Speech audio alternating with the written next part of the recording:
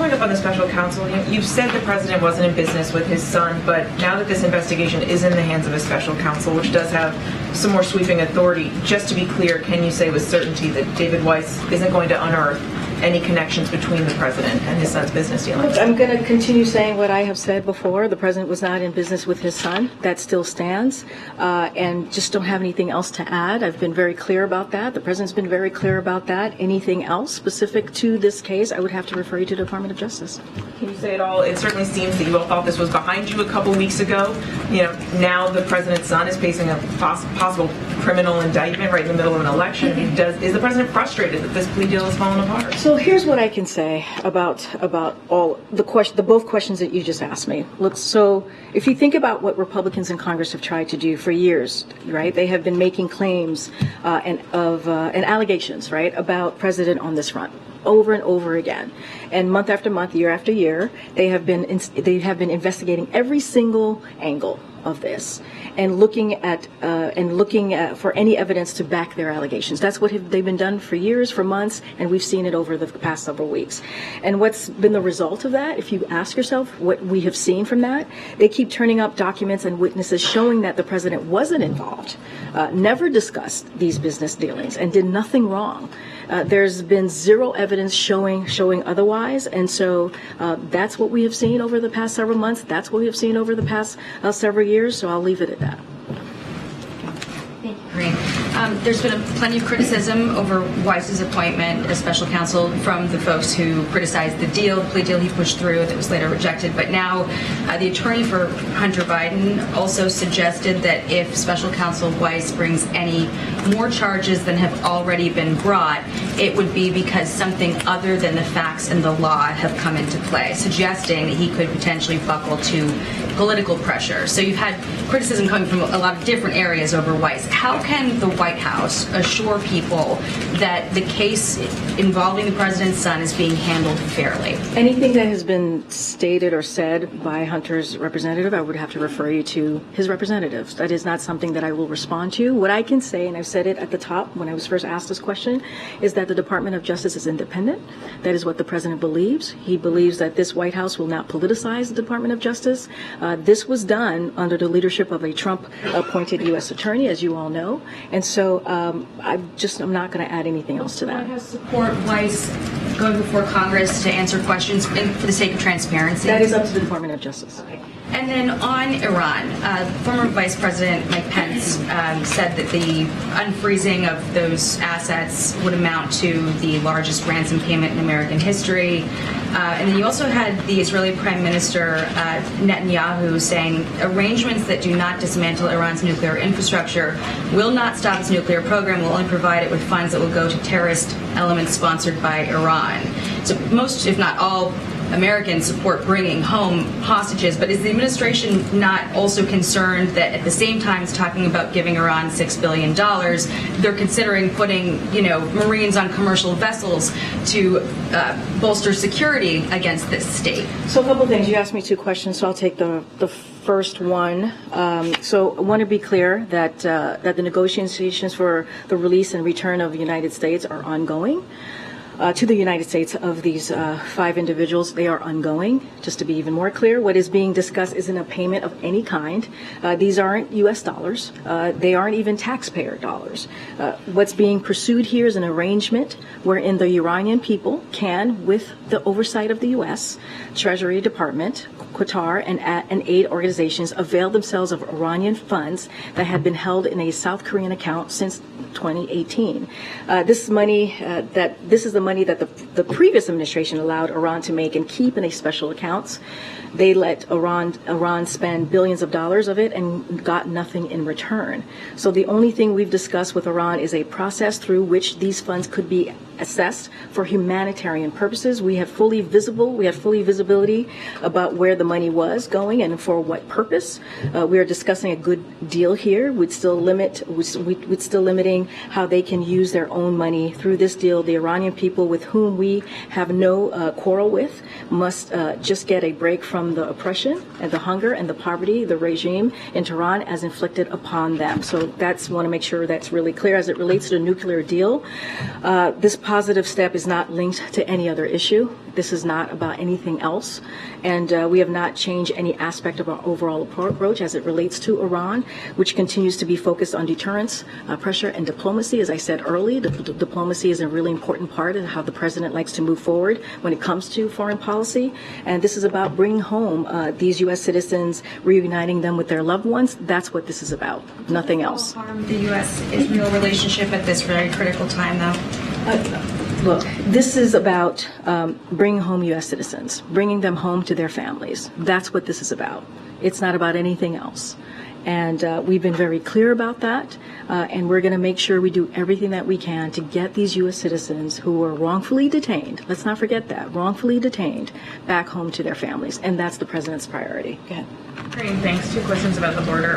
Congressman Castro said that was calling on the White House to end all cooperation between Customs and Border Patrol and the Texas Department of Public Safety until after the Justice Department's lawsuit is concluded against the state.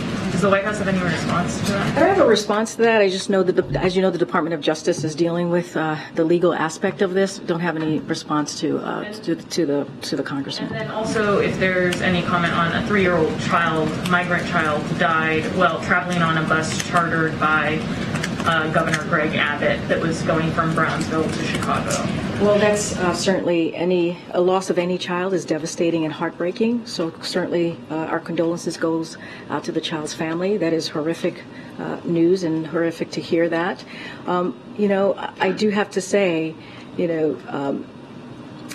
Governor Abbott has an opportunity to work with us on this. On an issue that certainly is an important one for the American people. When you think about the border, when you think about dealing with a broken system, but what he continues to do is continues to move forward in a dangerous and taking unlawful actions, and it is undermining what we're trying to do, what the president is trying to do, trying to deal with a broken system in a humane way. Trying to do it in a way that is effective, and we have seen his border plan management be effective, and it is unfortunate that he continues to do this. And it doesn't just put, sadly, young migrants at risk or migrants at risk, but it also puts at risk the Border Patrol, who are trying to do their job, and he gets in the way of that every day. And so I am very sad to hear about the death of this 3-year-old, certainly, and our hearts go out to his family. Has the president given any advice that he should not speak about Hawaii at this point? Because when he spoke the other day, he added that to planned remarks. The death toll is now roughly tripled. It's now the worst in history. He had an opportunity, he could have stopped by to see us when he arrived back. Do you expect that he will have any kind of standalone comments about the new level of loss and devastation? So you could expect to hear from the president on this issue. Clearly, it is something that is deeply concerning to him when it comes to the wildfires that we have seen in Maui. That's why we again had the administrator here. That's why she was on TV the last couple of days, being on the ground. She can speak directly to this, right? Being on the ground. I'm asking about the president. No, I just said you'll hear from the president on this. I don't have anything to announce at this time, but certainly he's the president, right? You're going to hear from him. You heard from him on Thursday. And then you've heard from the administrator for the past several days, and so what the president wants to make sure is that Maui has the government of Hawaii has everything that they need to support the people on the ground. It's been a devastation as we have seen. You just mentioned the loss of life. You just heard from the administrator who has said that she has been on the ground for 2 whole days, and we have been there since day one. You heard that there's 300 personnel on the ground, so this is something that the president takes very seriously. And you've heard from the governor of Hawaii saying how he appreciates the efforts and what we've been able to do from the federal government. Of course, you're going to hear from the president. Don't have anything to share at this time, but let's not forget, we did hear from him on Thursday, right, when he was in Utah ahead of talking about the PACT Act, which is, as you know, it was a year anniversary, an issue that is incredibly important to many Americans, and he took that time to speak to it. So I'm sure you'll be hearing from the president. Go ahead. Aside from the statement from the president, has President Biden spoken to any family members of wildfire victims or plans to in the future? I don't have any calls to speak to at this time, but I can say that, as you know, he's heard from the governor a couple times. He's been updated by the administrator a couple times over the past couple days, and he is staying in close communication and close touch with the administrator, and also his team is regularly updating him on what is occurring. Secondly, a number of Democrats and progressives have called for this moment to be labeled a climate emergency. Has the president considered that that justification, that label, for this instance? So a couple of things. I know he's been asked this question a couple of times. I've been asked the question a couple of times. This is a president who was taking the climate crisis very seriously. He has called it an emergency since day one, saying that it is climate change is one of the four crises that we had to deal with coming in. He had to deal with coming into the administration, and he sees it as an existential threat of our time. And for that reason, what he did automatically was declare climate as a basis for emergency action under the Defense Production Act. Let's not forget what that does. It set aside $500 million from DPA to jumpstart heat pump manufacturing and build out our electric grid. It deployed tens of millions more from DPA to stand up solar manufacturing and source critical materials for EVs, electric vehicles, and use DPA to restart a factory to produce equipment to fight wildfires made worse by climate change. So this is something that the president has taken very seriously. And if you think about the Inflation Reduction Act, as you hear me speak to many times, we're about to celebrate the 1-year anniversary of that, which has given the most investment in dealing with climate change than any other piece of legislation. And what Republicans in Congress are trying to do, they're trying to take that away. They're trying to repeal IRA, and that is a problem. And so while we're trying to deal with this existential threat, this climate change crisis, the president is doing everything that he can to make sure that we're dealing with this in a way that actually leads to results, and that's what the president's going to continue to do. Hi. On Hawaii, has the president been briefed specifically on the issues surrounding the local response, such as the fact that the alarm didn't go off? I'm sorry, the music distracted me. I'm sorry. So has the president been briefed specifically on the issues surrounding the local response, such as the fact that the alarm didn't go off, or the fact that some people are saying that there wasn't a clear evacuation plan? So look, I know that there's an investigation going on that particular question that you're asking me, so I'm not going to get ahead of that. You got control of that, my friend? Okay. All right. There's only a briefing happening right now. Okay. And so there's going to be an investigation done on that. I'm not going to get ahead of that. So certainly would refer you to the state officials. What we're focused on, and I've been very clear, the administrator have been very clear on providing residents of Hawaii with all of the support and resources that they need at this time. And so that's going to be our focus. And we'll let the local government deal with the investigation. Go ahead. Thanks. Karine, NPR has obtained a trove of inspection reports regarding these ICE detention facilities, privately controlled ICE detention facilities. And some of these documents show that there were egregious behaviors going on, negligent care. I know during the 2020 presidential campaign, Biden committed to ending these for-profit ICE detention facilities. That has not happened so far. Can you explain why the administration still is relying on that? So I have not seen the report. That's something that I would want to talk to our team about before responding to your particular report.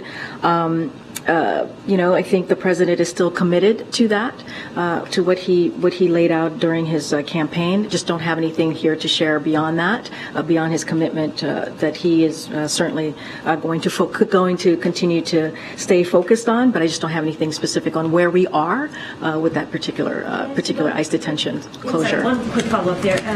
My understanding is that the ACLU has said that under President Biden, a larger percentage of ICE detainees are in these privately run facilities than compared to the Trump administration. And I just want to understand how that is possible, kind of with the commitment that you all have expressed to moving away from the detention facilities. Well, look, let me first say that, we've been very clear. This is a broken system, that we've done everything that we can to make sure we move forward in a humane way, right? That is something that we have been committed to, and that is a path that we certainly have gone down. As it relates to the ICE detention, the private detention, again, I would have to go back to the team and see where we are with that. I have not seen this investigative reporting that you all have done, but I want to make sure sure I answer it in a fulsome way. So I need to just make sure I check in with the team, and we'll get back to you on that. All the questions that you have, I'm sure the team will get back to you on that. Go ahead. And welcome to the briefing room in your new role. Thank you. I appreciate it, Karine. You mentioned earlier the fact that David Weiss as U.S. Attorney was appointed by former President Trump. That has been a fact that many Democrats, many allies of the White House have used to defend the plea deal that was previously in place, as well as the 5-year time frame that this investigation had been taking.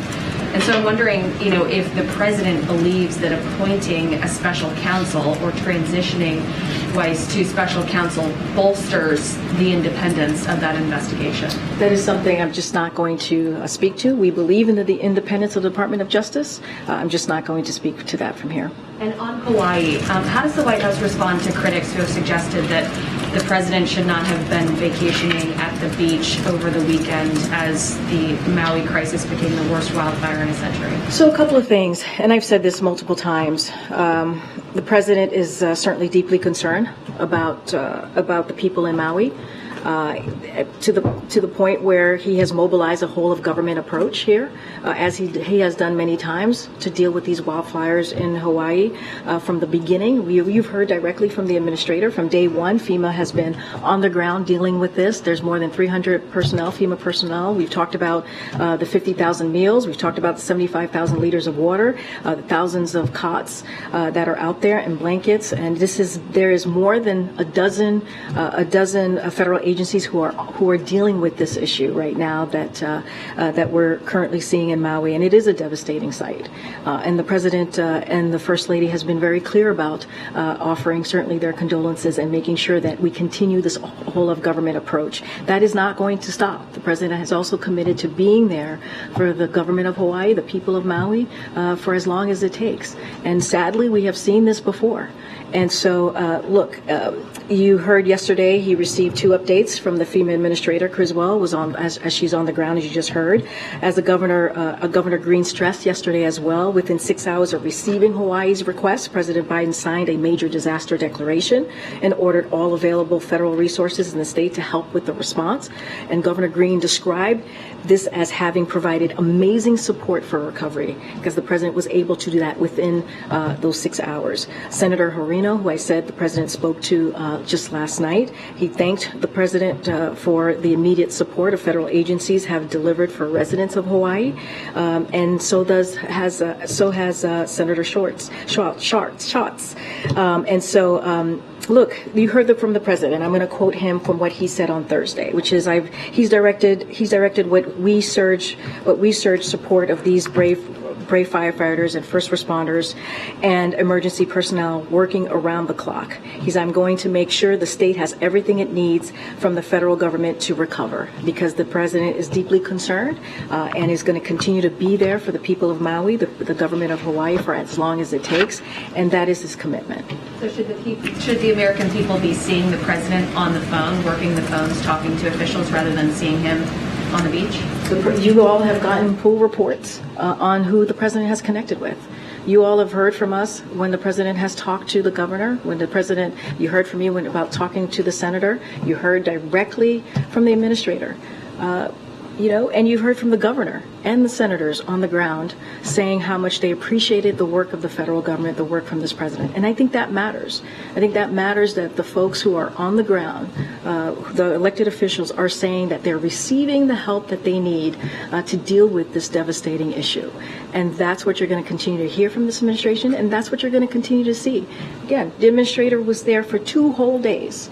2 whole days on the ground by the president's request to make sure that the government has what they have, the local government has what they have, the people of Maui have what they have, and that's what you're going to see. When you talk about a dozen agencies on the ground helping and assisting, more than hundreds of FEMA personnel, that's what matters. That's what matters to make sure that they're actually seeing on the ground the people who know how to work this, who know how to deal with these type of devastating events, who can be helpful to them on the ground doing just that by the request of this president. Okay. Okay. On the supplemental that was sent to Congress, on the Ukraine portion, I'm curious if you could detail any conversations maybe that have already been going on with the Hill about the swiftness of that process, and secondly, if there's any concern from the President or the administration about what has been up to this point pretty broad bipartisan support for Ukraine aid starting to slip.